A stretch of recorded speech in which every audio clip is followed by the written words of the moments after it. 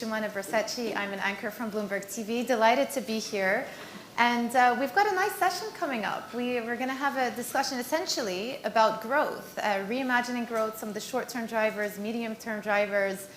And I've done several of these WEF panels over the last few years. And I think if we rewind back to exactly 1 year ago, the discussion would perhaps have been a little bit different. I think maybe 1 year ago, we would have been talking a lot more about this threat of persistent inflation and whether central banks can actually win this fight against inflation. And here we are 12 months later, and actually many central banks around the world, including the Fed, have started their easing cycle. So it feels as though the focus for the world has now shifted perhaps a little bit away from what is happening with the inflation profile towards what does growth look like and what are the various outcomes that we can expect in the next few years. The IMF predicts 3.2% global growth over the next 2 years. That may change next week because there are IMF meetings next week, but assuming that the number stays the same, it's 3.2%, which is fine, but we're still talking about growth that's sub pre-pandemic levels.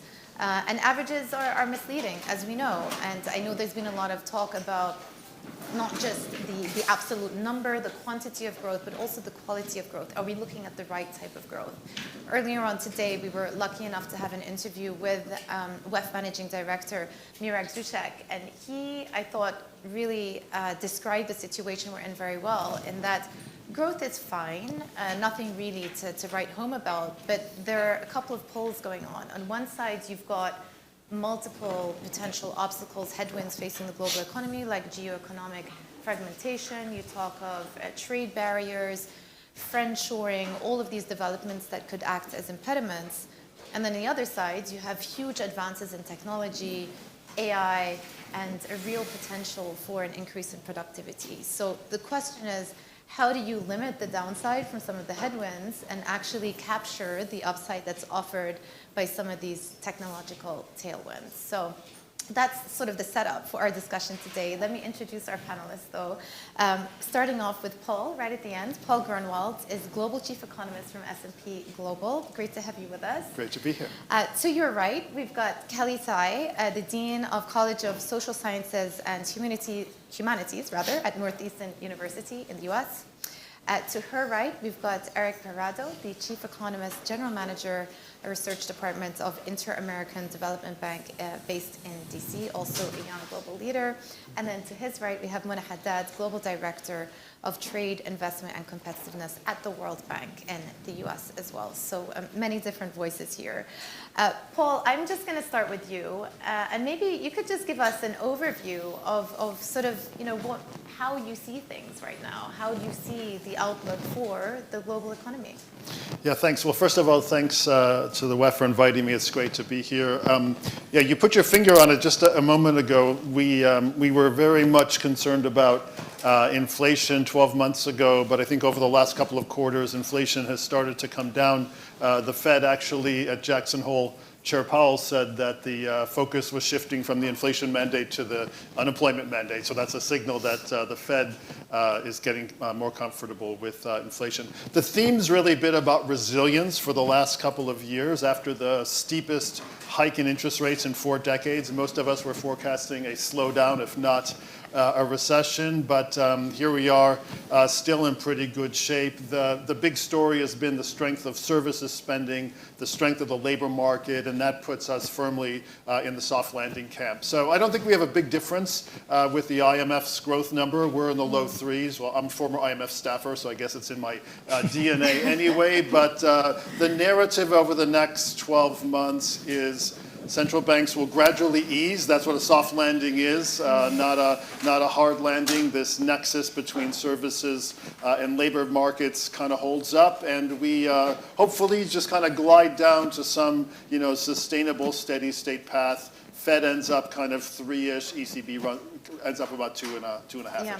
Where do you see the biggest drivers of growth coming from, though? Yeah, there's 2 of those. One is going to be productivity around the energy transition. One of the great stories in the US actually is this boost in productivity and this boost in potential growth that's coming on the back of the poorly named Inflation Reduction Act. It's really the, I guess, Energy Transition Incentive Act. But we're seeing a lot of small business formation, and we're seeing a lot of productivity or growth in that ecosystem. And the other one is something we've been talking about here at the WEF conference and almost everywhere, which is AI. It's going to be transformational. Maybe difficult to capture that in the high-level macro data for a while. It took a couple of decades for computers to show up in the data, but we think AI is going to revolutionize the way we think about, labor and growth, et cetera. So both of those two drivers are going to be pushing productivity and growth forward in the years to come.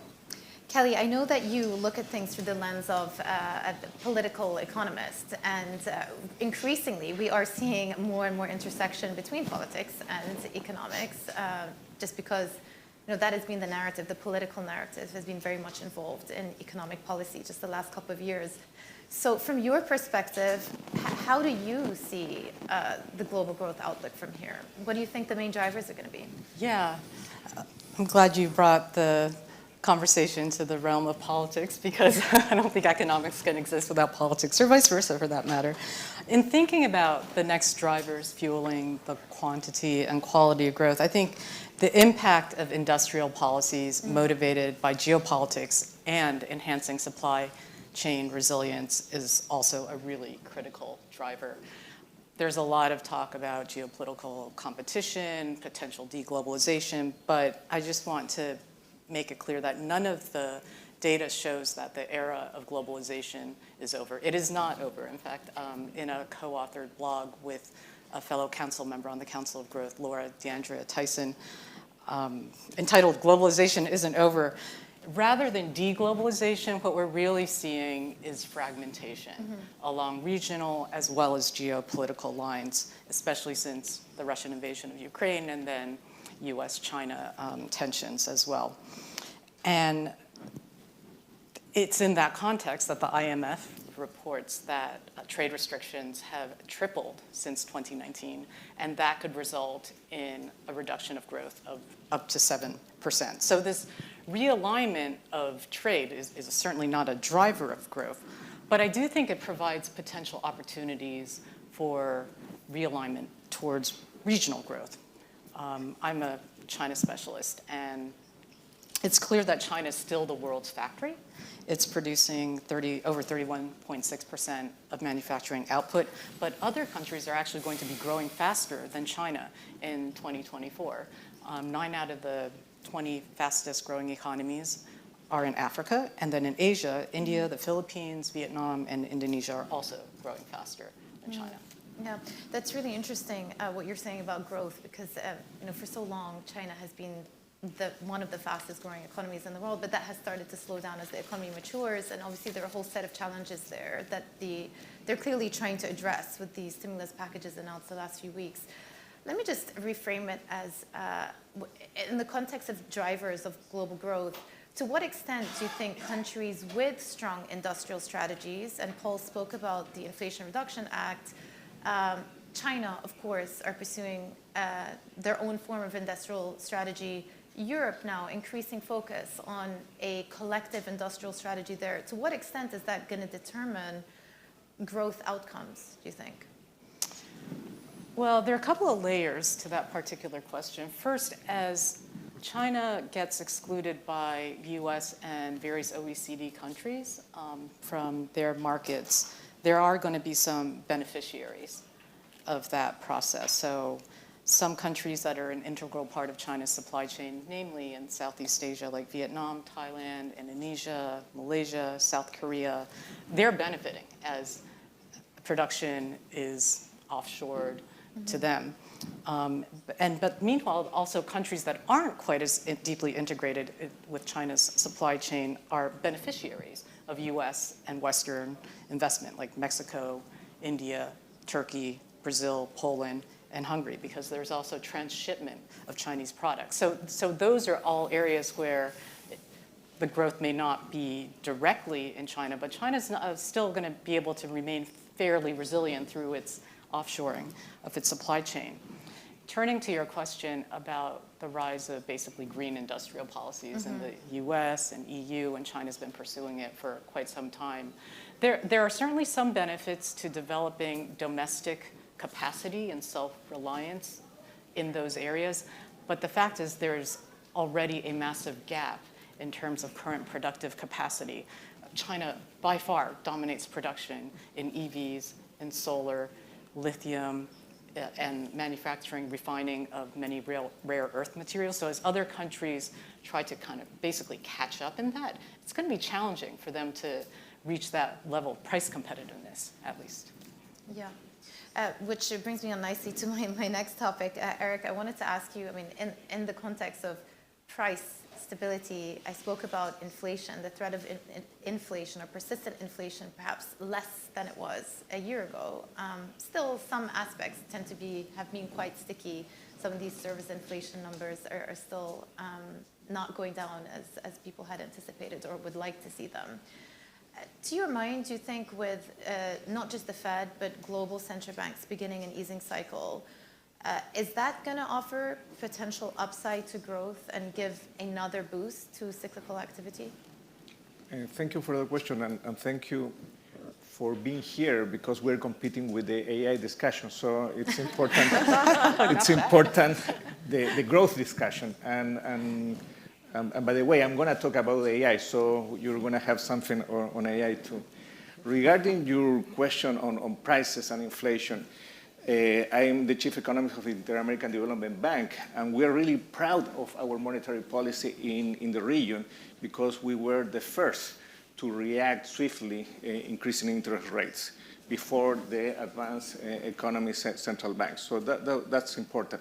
The gap between interest rates between central banks in the region and advanced economies, the maximum peak was 700 basis points. So it's a huge and very significant difference. And now we started the cycle easing before the advanced economies too. But now we're waiting to see what happened with the US Fed and what happened with the Eurozone, because it has an impact on exchange rates. So that's why the exchange rate discussion is very important for many emerging market economies, including in Latin American countries. So we are seeing in the macro outlook that inflation is going to come down, but we are waiting for the reaction of the Federal Reserve. It's so funny because I've interviewed many central bankers over the course of my career, and every time I ask them the question about, are you waiting to see what the Fed is doing? They'll say, no, absolutely not. But of course, everyone's keeping an eye. That's not true. Everyone's keeping an eye out on what the Fed is doing. But I do wonder if there's something to be said for how if central banks are not somehow synchronized, I don't want to say coordinated, but synchronized with their cutting cycle, whether that could exacerbate some effects, inequalities, exacerbate some differences in currencies, which in turn could have knock-on effects on some of these developing market economies. Of course, because in this period you want to reduce inflation without creating an impact on exchange rates. You don't want to have the depreciating exchange rate to have an impact on inflation. So it's a mechanism that's why you're waiting for the Federal Reserve to react. Also, capital flows, very important. We have a lot of volatility in capital flows, so we need to attract foreign direct investment. We need to attract capital flows, so we need to be really careful in terms of how to ease policy rates. Yeah. Mona, let's turn to you and putting on your trade hat here. Interesting dynamics have been occurring in trade, and also ties into what we were saying about the rise of geoeconomic fragmentation. But obviously during COVID, we saw a massive uptick in the trade of goods, and then we started getting supply chain disruptions. You saw a bit of a dip last year. I saw the latest numbers by the WTO now saying that trade in goods is expected to increase by 2.7% this year, to increase into next year as well. How does that sort of set the scene for where broader global growth is headed? How intertwined are the two? Thank you very much, Jumana, and thanks everyone for being here today on this important issue. So as a trade economist working on developing countries, for decades, we have been promoting export-led growth strategy. So trade boosts growth. And we have seen it for the past 50 years. And developing countries have actually proactively tried to open their markets and for imports, but really reach out to to international markets through exports and attract foreign direct investment to boost their trade, to boost their export, to boost their employment, to boost their productivity, and to boost their growth. And it has been very successful. I don't think there is any country any developing country that was able to grow fast and maintain a fast growth and reduce poverty without trade. And we have lots of data and evidence of that. Today, the world is very different. And we are no longer seeing open markets. We are no longer seeing globalization in the same way. So we are facing, I think, at least 4 challenges from a developing country perspective, but they're intertwined. One is it's the same ones that everybody talks about. It's the geopolitical tensions, especially US and China, that are basically constraining developing countries to be part of certain value chains in one or the other, that belongs to one or the other. The second is the climate changes and the climate mitigation policies that developed countries are putting in place that are really keeping developing countries a little bit in a difficult position in terms of being able to comply so quickly to the CBAM, the EUDR, the Supply Chain Due Diligence Acts, and so on. So they're not really yet catching up to that. And we're happy to see that the EUDR, for example, is postponed by a year to give more of a transition period for developing countries to adjust. Then there's the technology. It can be, of course, very positive if you have the IT infrastructure in your country, and if you have the ecosystem to allow you to take advantage of digital trade. And we have seen digital trade growing much faster than trade in goods in the past few years. And developing countries have also taken advantage of that, and that also helps their growth. And the last one is the rise in industrial policy, starting with developed countries. Some of it is linked to climate, so things are a bit interrelated. But we are seeing a lot of rise in industrial policies, in subsidies which only developed countries really and China can afford. And this is giving them a competitive advantage in certain products that keeps the others behind. Yeah, so there are winners and losers. Yes. I was going to say perhaps more targeted question. Yesterday, I don't know if any of you saw it, but the editor-in-chief of Bloomberg, John Micklethwait, sat down for an interview with former President Trump. And it was a very wide-ranging interview. It went on for very long. But of course, he brought up tariffs. And President Trump said tariff is his favorite word in the dictionary. But essentially, he is a fan of tariffs. And then they went on to a deep discussion, I would say, about who benefits and who gets harmed from putting up these tariffs. The impression from former President Trump is that it would preserve and save some American industries. Many economists out there say that actually it's the consumers who end up paying the price. But that's looking at it through a US lens, right? Yes. That's the setup. My question to you is, what do these types of tariffs do to developing countries when you have the giants of the world, the economic giants, US and China, putting tit-for-tat tariffs on one another?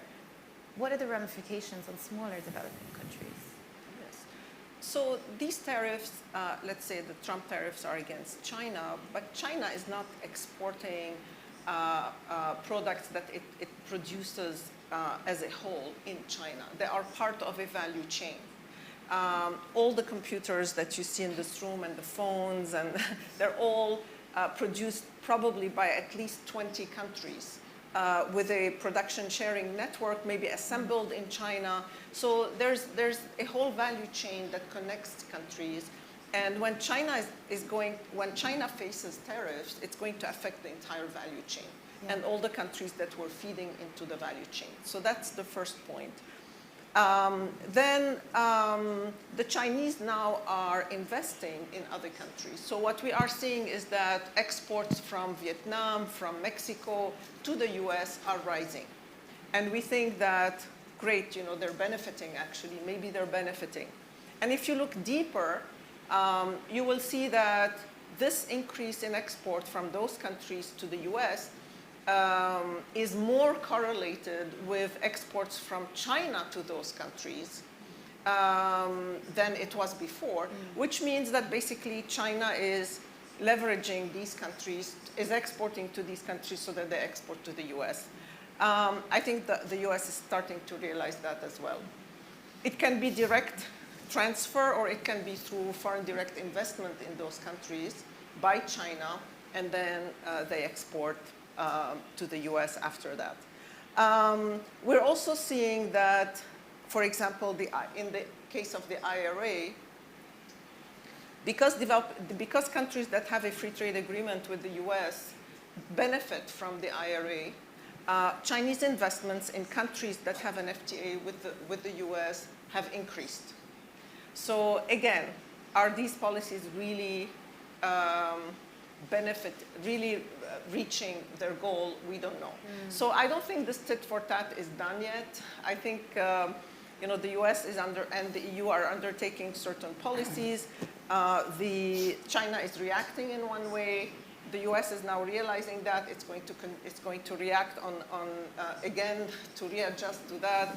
So I think we're in for some adjustment and back and forth until we reach some sort of a steady state. Yeah. The other thing is, of course, the impact on prices in the US and on inflation. Clearly, when you have tariffs, prices are going up. So politically, is this going to be acceptable as well? Yeah. Thank you. That's great framing. Paul, so we spent a lot of time, I think, talking about industrial policy. We've talked about tariffs, interest rates, but I also want to talk about sustainable growth. And I know that you've recently written a paper talking about to what extent, and I'm just going to repeat what's written on the paper because you can articulate it better than me, but to what extent is growth constrained if we also focus on preserving nature capital, rather than just accumulating physical capital? So explain what that means to us. Well, the short answer is, those of us who have been thinking about growth for a while, we're doing it in a partial or incomplete way. So when we think about growth, what's kind of the models? We've got one type of capital, which is our physical capital, and we know how this works, right? You invest in plant and equipment and infrastructure, and you build up your capital stock, and the economy grows. And that's the way we all sort of learned about growth in our textbooks. The problem with that is, while our physical capital was rising and our GDP was rising, there's another type of capital we forgot to consider, which is our natural capital, or our nature. And the data is pretty clear that as physical capital was going up, natural capital was going down. So we were degrading the environment. So the sustainable growth, and this is the paper I just wrote with some colleagues, means that you can only, or you should only, accumulate your physical capital, build your capital stock, if you're maintaining your natural capital. So natural capital isn't something you accumulate, you preserve it, right? So we want to preserve nature, we want to preserve biodiversity, et cetera. So it doesn't mean you can't grow.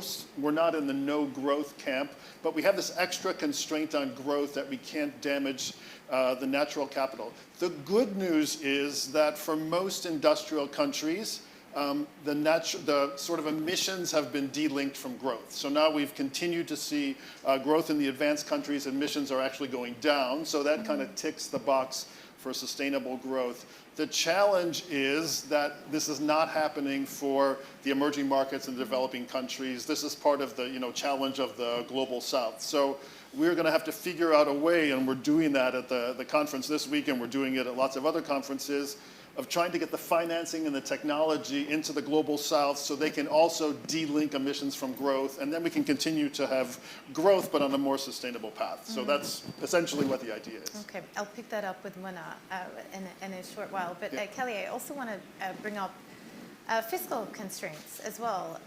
Again, the IMF put out a piece earlier this week, the fiscal monitor, saying global debt is set to surpass $100 trillion by the end of this year. It's a huge number in countries where debt is projected to increase further. They say delaying action will make the required adjustment even larger. Essentially, IMF are warning that debt levels are rising. We're still in a pretty high interest rate environment, and there is going to be pressure on some of these big global economies that we've spoken about to do something about the size of their fiscal deficits, because at some point, debt financing might become an issue. So how do we think about fiscal room in the context of industrial policy? Because if you are driving an industrial policy, you need to finance it somehow. Yeah, the pie is only so large Right. within territorial borders, but we are interconnected, we are trading, we care about one another to a certain extent in different degrees and configurations, right? So that level of public indebtedness is not sustainable and incongruent with the goal of trying to make the green transition, which requires development finance. It really does. So I think and this is not something that any individual country in the global south is really well equipped to take on, except for perhaps China, which is sometimes considered part of the global south and also a lender. And some degree of debt forgiveness would be appropriate there, though it's very delicate politically when times are tight and domestic constituents might say, why are you forgiving the debt there when local governments in China are all fiscally in the red and very constrained as well. But I do think it's really urgent to come up with some type of debt restructuring so that countries can indeed afford to invest in green energy driven industrialization in the global south in particular. Do you worry that countries like the US are running up against fiscal constraints, or is it do they benefit from having the world's reserve currency?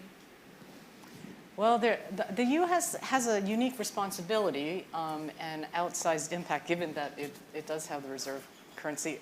The political situation is a little delicate at the moment for undertaking that type of responsibility. I think the U.S. is in a transitional moment where resources are constrained, but there should be creative ways of thinking through it and explaining the logic of ensuring that global south economies are doing well.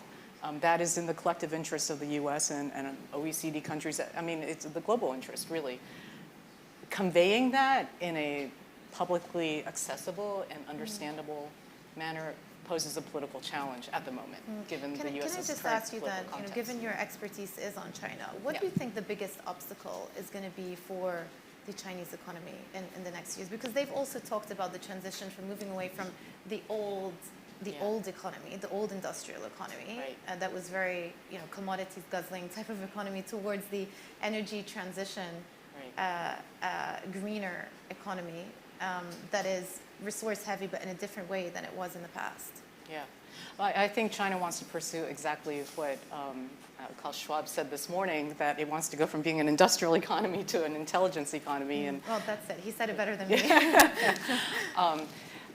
And yet its capacity is all in manufacturing. It is trying to make the green transition. But the Chinese economy faces some really serious structural imbalances where it has been extremely investment driven. 25% of its GDP relies on the construction sector, which includes real estate.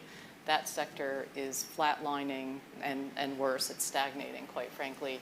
So without some fundamental restructuring and encouragement of domestic consumption, that's going to be one basic challenge. I think another constraint to China's aspirations for becoming, a knowledge economy or intelligence economy is also geopolitics, U.S.-China tension. So much of the frontier innovations that have emerged in the past decade have been collaborations between Chinese and American scientists on both sides. So that poses a mutual threat, I think, to both the U.S. and China. Yeah, interesting. Eric, so the question I think that people would want to get answered, given they weren't able to go to the other panel that's happening at exactly the same time, let's bring up AI. Is AI going to be growth enhancing? The advent of AI and its various use cases. We're still in the early stages, obviously, and when it comes to use cases, but ultimately, is it going to be growth enhancing? I hope so, because when we think and talk about economic growth, we have to focus on productivity. And technological advances, of course, is part of the solution and it shouldn't be part of the problem. So in this case on AI, we just released a paper trying to measure occupational exposure by AI. And the numbers are very striking because the impact in terms of the exposition of employment worldwide is around 980 million people. It doesn't mean that they're going to be replaced, but it means that they are exposed to AI. So each occupation is a vector of tasks. So you as a journalist know many tasks, but the AI can replace those tasks for you. And at the extreme... Hopefully not right now. For sure, not now. So at the extreme, some occupations can be replaced. So we have this occupational exposure index, and in some cases, you have a 90% of exposure. That means that it's very likely that you're going to be replaced. But in other cases, it's only 10% or 15%. And more importantly, this is not like occupations with repetitive tasks or like usual tasks. It's also tasks related to thinking and how to approach some things. So we did an example using doctors, and we asked what's going on with doctors. And in one extreme, you have, for instance, radiologists. Probably they're going to be replaced. But not is the case of pediatricians, because you need the human interaction with them. So all occupations in some way are exposed to AI. So just remember the number, 980 million people worldwide is exposed within 1 year. And this increased up to more than 1 billion people. When you say exposed, does it mean their jobs will be replaced, or will they be exposed in the sense that they can use AI to increase their own productivity? Exactly, that's the challenge that we have. They can be replaced, but at the same time, they can be an enhancer to be much more productive. And that's why the message in terms of the policy recommendation is we need to have a plan in terms of how to put together AI in our schools, how to improve education, and how to improve training and retraining, skilling and reskilling. So it's very important that we discuss this and we have a plan, because when you talk to governments or when you talk to businesses, AI is like, okay, I use ChatGPT and so on, but we need to have a strategy for that. Or otherwise, we can have the extreme of being replaced in some way or another. Are developing countries going to be participating in the fruits that AI will offer? I hope so, because in this paper, we make a comparison between the US and Mexico. And when you have these technological shocks, it's a shock that affects more women, it affects that more poor people, and less educated people. So if you don't have a plan to use this technological change for the good, of course, it can have some difficult problems. Yeah. Well, Mona, I mean, in the context of everything that we discussed, and given your expertise from the World Bank, what would you say is the biggest challenges facing some of these lower income developing countries right now in order to keep up with the rest of the world? And I thought it was interesting what Kelly was saying, and that there are economies in Africa that are going to be growing faster than China, but at the same time, you know, they're coming from very indebted positions. So yes, growth is high, but at the same time, they're saddled with a lot of debt. Debt financing needs are very high. Well, what would you say is the biggest challenge for these economies right now? So, I mean, at the macro level, before we start talking about trade, I think they do need to fix their macro and fiscal, including their debt. So I'm going to take that for, as a first step, and even not only Africa, but I was in Bangladesh a couple of weeks ago, and they do need to fix these big items, but then they have to start creating jobs. And when we talk about jobs at the World Bank, we're talking about more and better jobs, and we're seeing a lot of problems and social insecurities because of the lack of jobs. And the biggest challenge is to be left behind, because these things are happening, whether it's climate, whether it's technology, even with the geopolitics. Developing countries are kind of left behind. No one is really thinking about their needs. And it's important to give them a chance through funding, through capacity building, giving them more time, for example, to comply to the climate policies, ensuring that they have the right regulatory framework to let their digital business thrive. If they have critical minerals, which today is very important for the climate, for climate or climate change or producing climate products, how can we, and many of those critical minerals are in Africa, but not only in Africa, how can we help developing countries create value addition and not just take the critical minerals and put the production somewhere else? So it does take a deliberate effort to deal with that. And I mentioned the EUDR before. We were very concerned about the EUDR because clearly there are thousands and millions sometimes of farmers that were dependent on EU markets to export things like cocoa or coffee to the EU, which were going to be completely sidelined and deprived of that market had the EU not postponed it for a year, because they didn't have time to adjust. And I don't know if they will be able to adjust to the level of accuracy that the EU is expecting. So how do you put in place these kinds of traceability frameworks in that particular case to enable that the farmers are not left behind? Yeah. And in that particular case, I want to mention that sometimes these policies, because they're not taken into account, they are not taking into account the developing countries' perspectives, might actually lead to worsening of climate efforts, because these developing countries now, if they are deprived of access to market in developed countries, what we are seeing and hearing is that they're going to deforest more so that they compensate in volume over value in accessing new markets. Because in the EU, it's high value market. And if they were to lose that market and export somewhere else at a lower value or price, they will have to deforest more.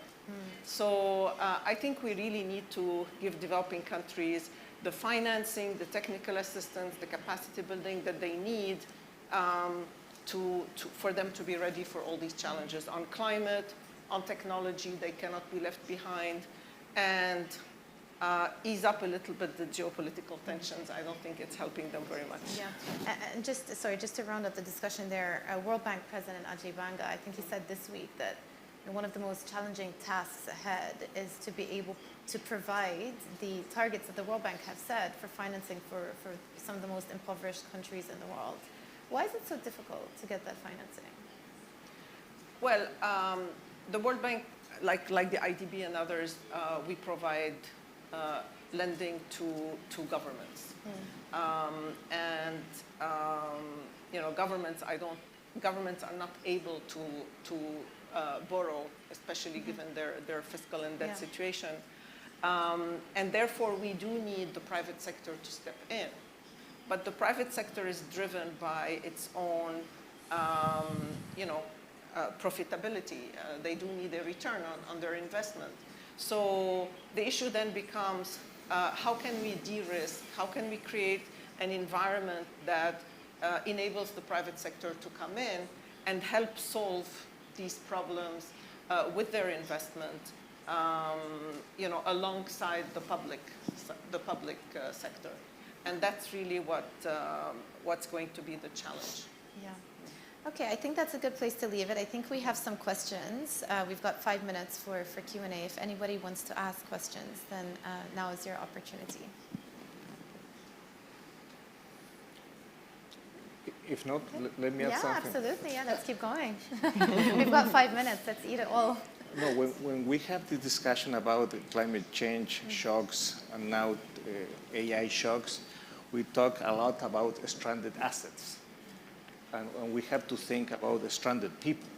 So that's very important to change the narrative in terms of not only growth, but also about people well-being. And that's why this discussion regarding AI and the impact on labor markets is so important, because there are going to be stranded people that cannot move from occupation to another occupation.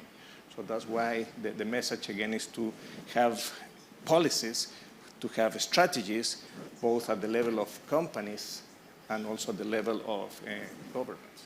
And I think we should start that discussion as soon as possible.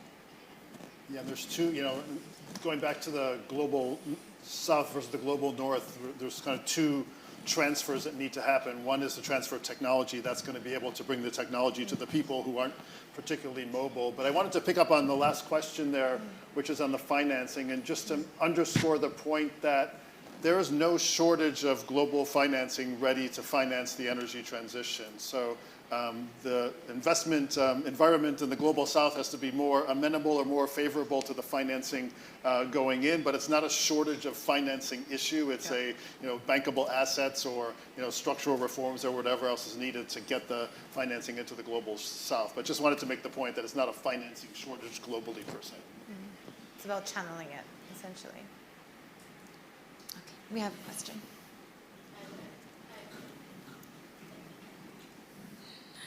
Just a quick question. Alice Rubens. Okay. World Wide Fund for Nature. Just a question on what you talked about. I think, Mona, you were the one who talked about the loss of the high-value markets and the EU high-value markets for Africa. Africa has created an Africa continental free trade area. And I think that there's an expectation that this trading amongst the countries will actually yield quite a bit. I mean, I'm not saying we should leave the EU and others, but I'm curious as your thoughts in terms of that compensating for some of those losses. Thank you. So thanks a lot for this question. I'm a strong believer in the ACFTA, and I think it provides a great opportunity for Africa if it is well implemented. So first, the implementation is going a little bit slow. So we need to make sure that the free trade agreement itself is implemented, especially by the big countries in Africa that can play a pivotal role as markets such as Nigeria or Kenya or South Africa or Morocco, these kinds of countries, Ghana. So it's important first to implement it. But it's also important to have complementary policies and to create regional value chains, which right now don't exist. Africa's exports have been mainly, minerals or agriculture, not too much in higher value addition.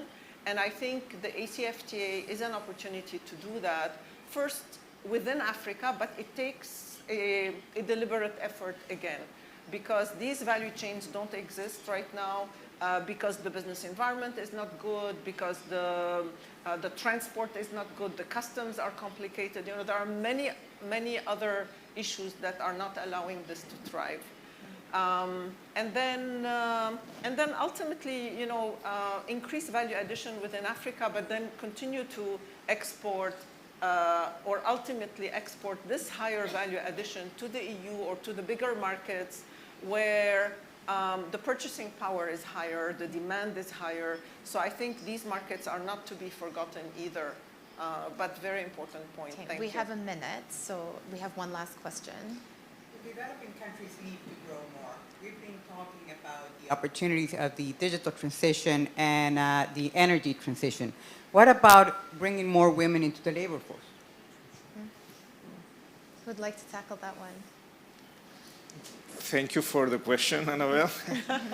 We are colleagues from the IDB, and this is one important point in terms of trying to find sources of growth. And of course, closing the gender gap is one of them and very significant. And let me give you an example with a paper that we wrote regarding where there is discrimination in the banking market. And we found that there is this discrimination. And we did an experiment hiring actresses and actors to get loans. And we found this difference between men and women in terms of access. The foregone loans, assuming the same risk, was $12 billion only in Chile. So if you can extrapolate that for the whole region or the whole world, it should be really, really significant. So this is a key issue for growth too. Yeah. Well, we'll have to have another panel about that topic because it's an important one. Panelists, thank you so much. This was really great. Thank you, and thank you all for watching.